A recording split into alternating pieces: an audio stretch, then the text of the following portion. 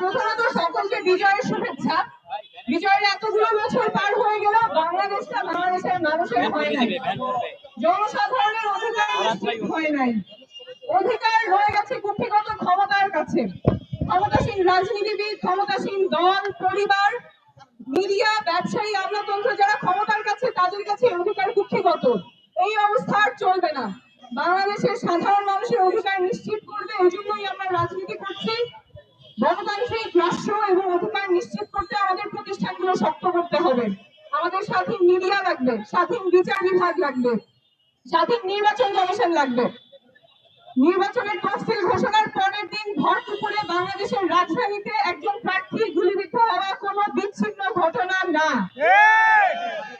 যেই নির্বাচন কমিশন এমন একটা আইন শৃঙ্খলা পরিস্থিতির অবনতিকে বিচ্ছিন্ন ঘটনা বলছেন, এটাকে নরমালাইজ করার চেষ্টা করছেন, তারা কিভাবে একটা ভালো নির্বাচন আয়োজন করবে? ওসমান হাদির জন্য আমরা সহানুভূতি চাই না, আমরা বিচার চাই। অপরাধী কে, সে কোথায় কখনের মধ্যে গ্রেফতার হবে, আমরা এগুলোর সুষ্ঠু উত্তর চাই। বিচার বিভাগ স্বাধীন হতে হবে, মিডিয়া স্বাধীন হতে হবে। মিথ্যাকে আমরা প্রতিহত করবো সত্য দিয়ে, এবং এই লড়াইয়ে আপনি আমি একসাথে থাকলে এই লড়াইটা আমরা জিতবো। ইনকিলাব জিন্দাবাদ।